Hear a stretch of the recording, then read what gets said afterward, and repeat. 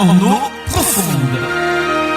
En eau profonde, une série de messages qui vous conduisent dans les profondeurs de la parole de Dieu. Le message que vous allez suivre, bien-aimé, est donné par le pasteur Gadji Abraham, président fondateur du centre évangélique Ebenezer. Prenez vos Bibles avec moi dans 2 Rois chapitre 4. Une femme aussi qui était dans une situation pareille. Son espérance était déçue, était détruite. Elle n'espérait plus. Et je vais donner cette espérance à des personnes ce matin. On touchera les questions d'enfantement. On va toucher également les questions de travail, autre chose. Ne vous limitez pas à un seul aspect de mon message. Que chacun prenne la part qui lui revient. Chacun prenne la part qui lui revient. 2 Rois chapitre 4. Verset 14 au verset 16.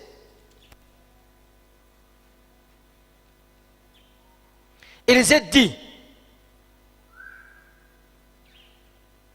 que faire pour elle? Élisée dit à son serviteur Géasi, que faire pour la femme qu'il avait hébergée? Parce que s'il n'explique pas le contexte, on peut ne pas comprendre.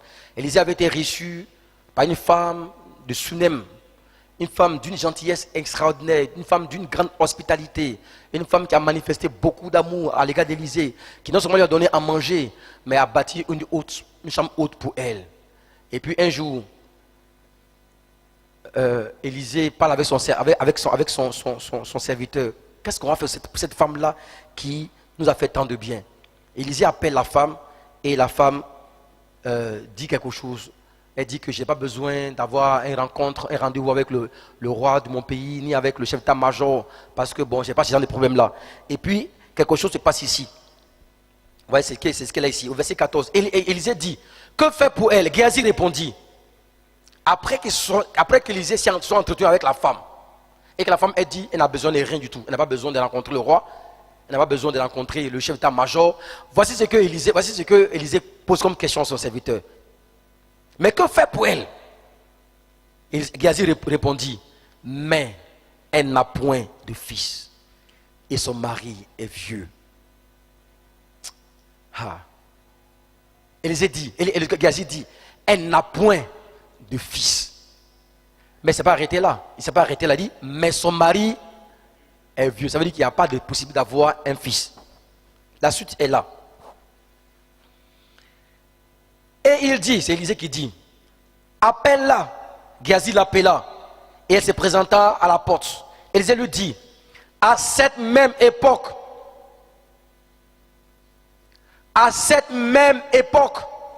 l'année prochaine, 2016, ou 2017, ou 2020 ou 2025, ça dépend de quand tu écoutes le message, tu embrasseras un fils. Et elle dit, non mon Seigneur, homme de Dieu, ne trompe pas ta servante. Mais ce matin, je déclare sur toi, ton espérance ne sera pas détruite. Je dis en quelques mots, pourquoi ton espérance ne sera pas détruite? Je vais saisir ta pensée, saisir ton cœur, et je veux que ta foi pousse pour attraper la parole selon laquelle ton espérance, dis avec moi, mon espérance ne sera pas déçue. Mon espérance ne sera pas détruite. Seigneur, je saisis ta parole ce matin et je déclare que mon espérance ne sera pas détruite. Pourquoi ton espérance ne sera pas détruite? Je vais le montrer tout à l'heure. Premièrement, ton espérance ne sera pas détruite parce qu'il existe une promesse. C'est la première raison pour laquelle ton espérance ne sera pas détruite. Ton espérance ne sera pas détruite parce qu'il existe une promesse.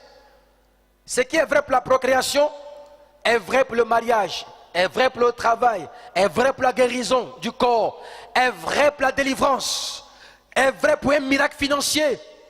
Dieu dit que si nous croyons, rien ne nous est impossible.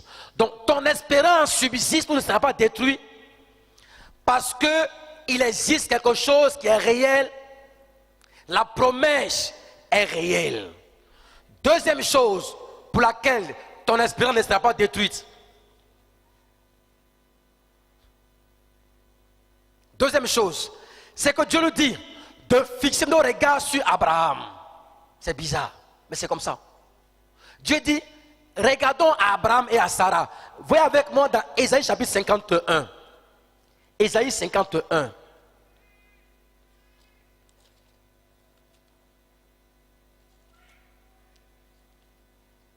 Ésaïe 51. Je l'ai trouvé, on le lit. Portez les regards sur Abraham, votre père, et sur Sarah, qui vous a enfanté. Car lui seul, je l'ai appelé, je l'ai béni et multiplié. Donc quand Dieu dit que ton espérance ne sera pas détruite, c'est par rapport à une promesse. Maintenant, quand je reviens sur l'enseignement relatif à l'enfantement, ou à la procréation, ou au mariage, ou au milieu financier, je ne veux pas que ce soit limité dans un seul aspect, mais élargissez mon enseignement dans votre esprit. Vous me comprenez, non? Il faut l'élargir. Prends ça à fond dans ton domaine. Dieu dit de faire quoi? De regarder à qui? À Abraham. Pourquoi? C'est le père de la foi. Maintenant, on va voir Abraham, on va maintenant voir comment Abraham a réagi devant des promesses qui n'étaient pas encore accomplies.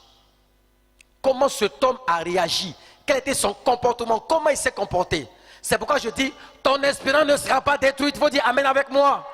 Il faut dire, Seigneur, sur la base de ta parole, je déclare que mon espérance ne sera pas détruite.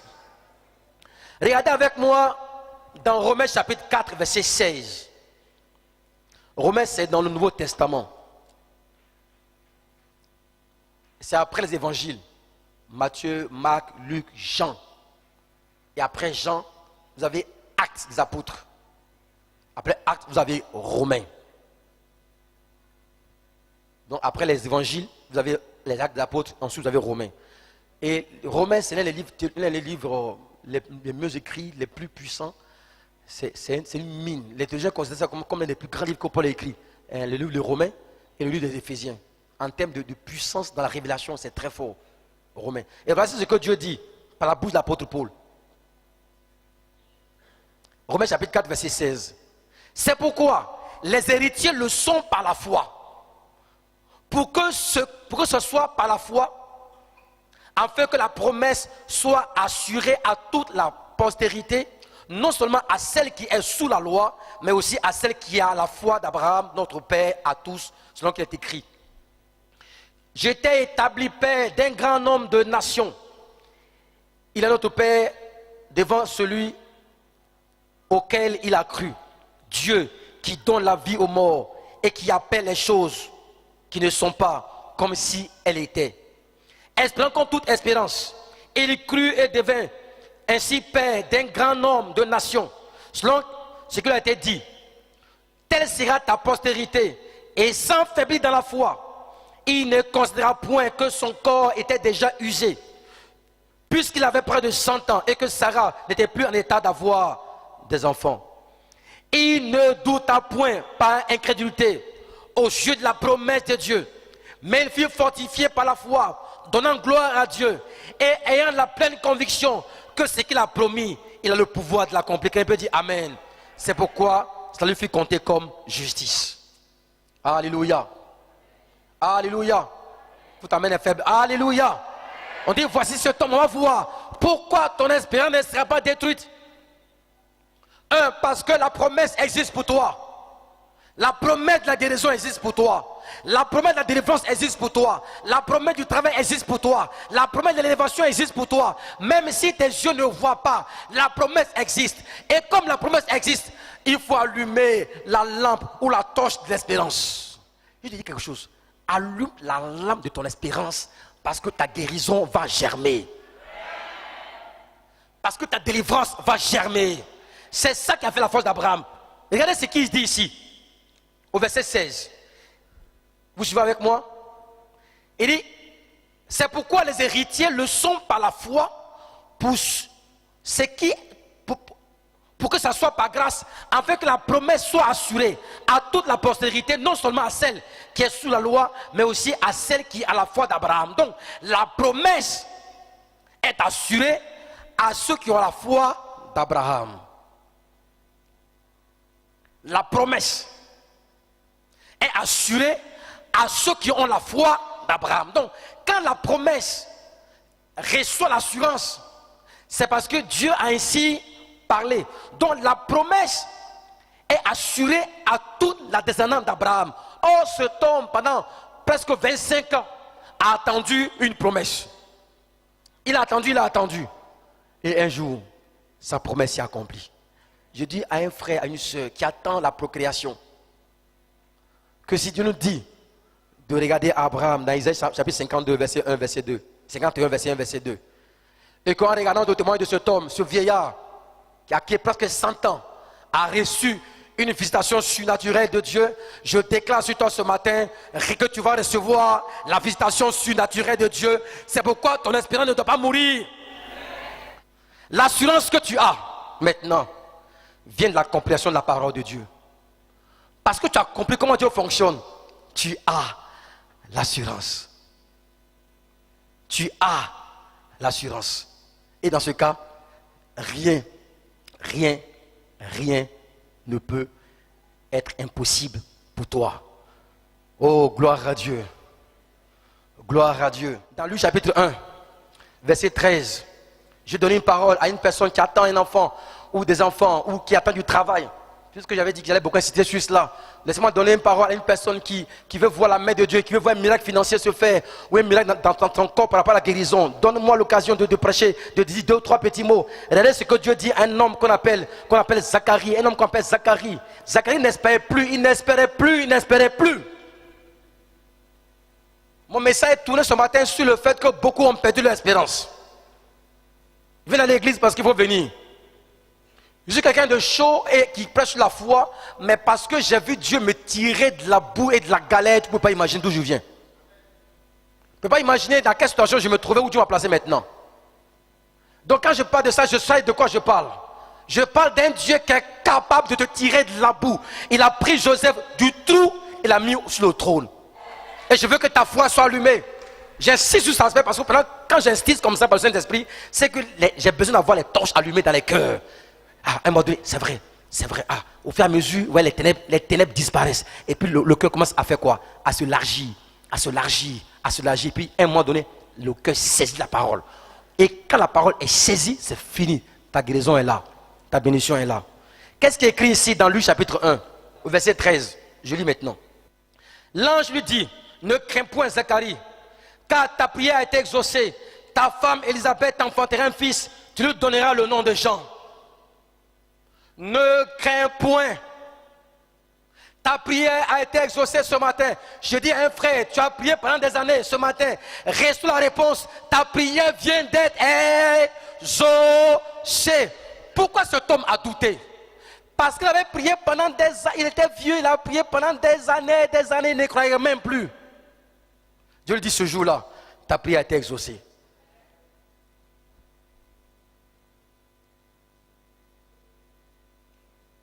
Et Dieu dit, il sera pour toi un sujet de joie. Regardez rapidement au verset 24. Au verset 24. Quelque temps après, Élisabeth, sa femme, devint enceinte. Elle se cacha pendant 5 jours, 5 mois plus tôt, 10 ans.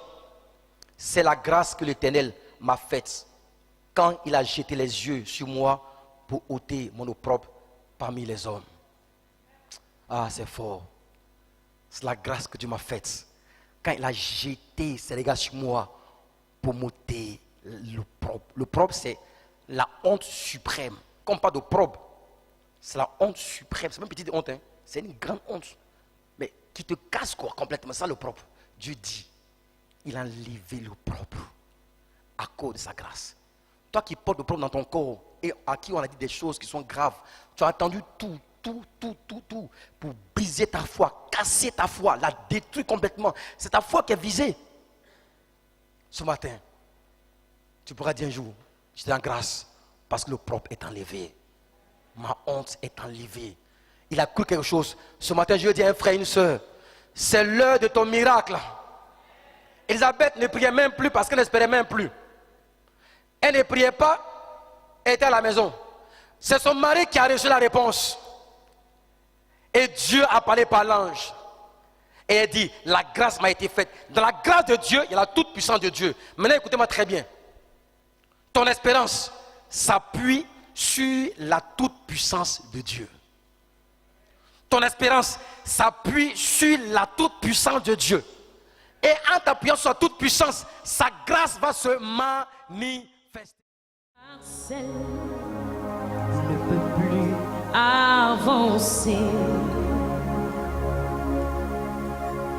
Fais appel à tes dernières forces, comme le vaillant loup de mer.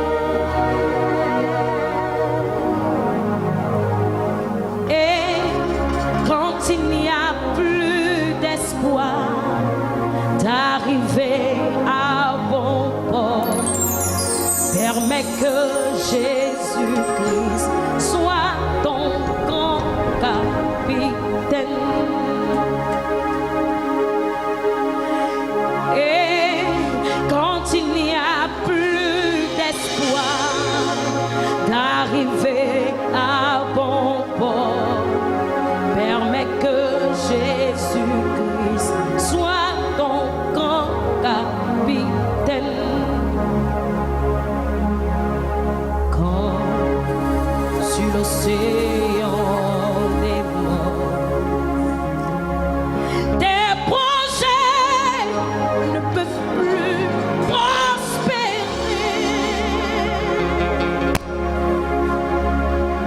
Quand sur l'océan des morts, tes entrailles ne peuvent plus enfanter. Quand sur l'océan des morts, ton foyer ne peut plus avancer. Fais appel à tes dernières forces, comme le vaillant loup de mer. Et quand il n'y a plus d'espoir d'arriver à bon port, permets que Jésus-Christ soit ton grand capitaine.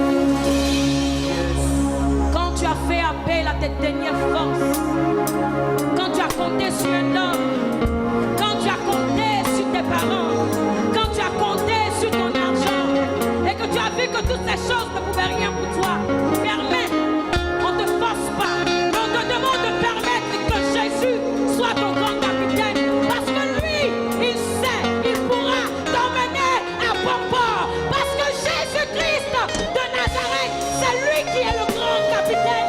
Je n'ai pas dit de compter sur ton frère, ne compte pas même sur le pasteur, mais compte sur Jésus pour que cette église puisse aller de l'avant. Jésus, quand tu sais dans ta vie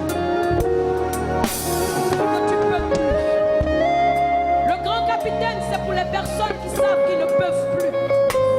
C'est pas pour les personnes qui croient encore que quelqu'un peut faire quelque chose pour toi.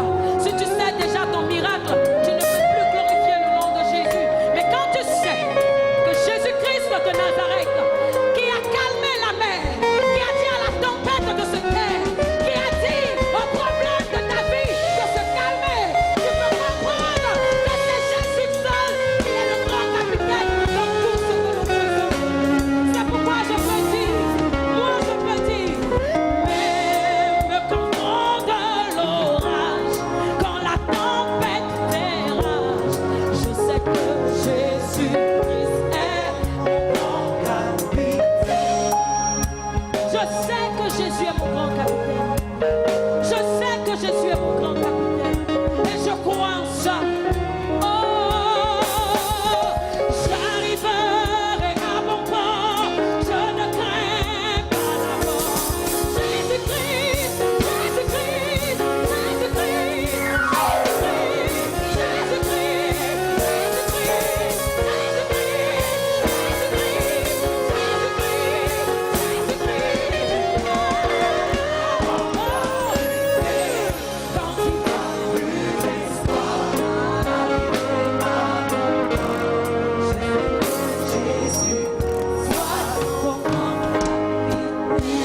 tient par la main, mon chemin est certain. Proclame, il me tient par la main, mon chemin.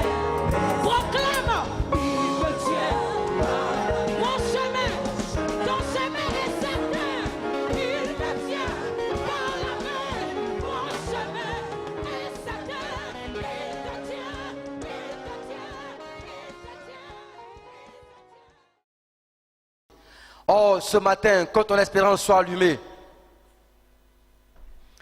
Que ton espérance soit allumée. Reçois cet enseignement-là. Si une promesse de Dieu existe pour toi, ce qui te demande, c'est d'allumer ton espérance. Et ton espérance va donner naissance à l'assurance. Et l'assurance t'amène à la démonstration. Car la foi est une ferme assurance des choses qu'on espère. Et une démonstration des choses qu'on ne voit pas. Voici la pyramide. La promesse, l'espérance, l'assurance, la démonstration et les résultats. 5 étapes. Ce matin, lève ta voix, élève ta foi et attrape la promesse de Dieu. Je ne sais pas dans quelle condition tu te trouves. C'est vrai que j'ai prié pour les cas de personnes et même mais saisis la parole ce matin. Ouvre ta bouche, mais saisis-la ce matin. Saisis la promesse ce matin.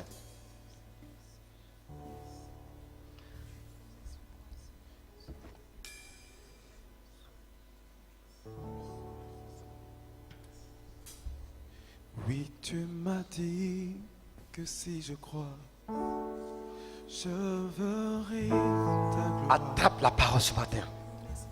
Je ferai La promesse existe. se manifester L'espérance doit exister. dans ma vie. Et s'il y a espérance, il doit y avoir assurance. Que si S'il y a assurance, il doit y avoir démonstration. Et s'il y a démonstration, il doit y avoir résultat. Les 5, je verrai les pyramides, les 5 étapes de la foi. dans La promesse, l'espérance, l'assurance, la démonstration et le que résultat. si je crois, je verrai ta gloire. Je verrai Okoro Shatarabawa Sante Kindarabawa. se manifester dans ma vie. Oui, tu m'as dit que si je crois, je verrai ta gloire. Je verrai ta gloire dans ma vie, dans ma vie. Allume la foi, allume l'espérance, allume la torche de l'espérance dans ton cœur. Tu m'as dit, Ne dis pas, pasteur, mon espérance est éteinte. je verrai Je n'espère plus, ce n'est plus la peine même, ça va comme ça. Refuse ces mensonges. Ta gloire se manifester. se manifester dans ma vie. Oui, tu m'as dit que si je crois, je verrai ta gloire. Allume la torche, Je verrai allume la torche de ton espérance. Dans ma vie, Elle ne mourra pas, ta vie. elle ne mourra point. Allume.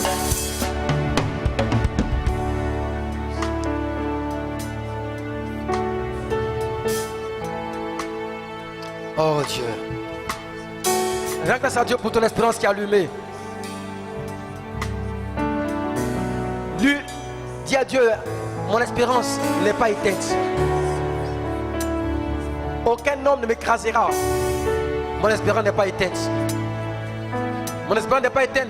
Je ne passerai pas en 2016 avec la désespérance. J'entre en 2016 avec l'espérance. Car l'espérance donne l'assurance. L'assurance, ton assurance est une garantie. Est-ce que tu peux pousser les cris de joie en acclamant fortement celui qui donne l'espérance? Ce matin, ton espérance s'est allumée. Ce matin, ton espérance s'est allumée. Garde l'espérance. Garde l'espérance donne naissance à l'assurance. Quand l'assurance vient, on passe à la démonstration ou aux actes. Quand on pose les actes, il se produit des résultats. Ce sera ton histoire. Que Dieu te bénisse. Amen.